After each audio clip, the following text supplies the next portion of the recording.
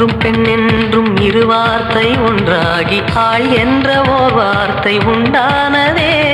காதல் என்ற மந்திரத்தின் மாயம் என்ன, கல்லும் முள்ளும் இப்போது பூவானதே. வானவில்லின் துண்டொன்று மண்ணில் வந்து யாருக்கும் சொல்லாமல் பெண்ணானதே. தென்மேற்கு பருவக்காற்று தேனி பக்கம் வீசும்போது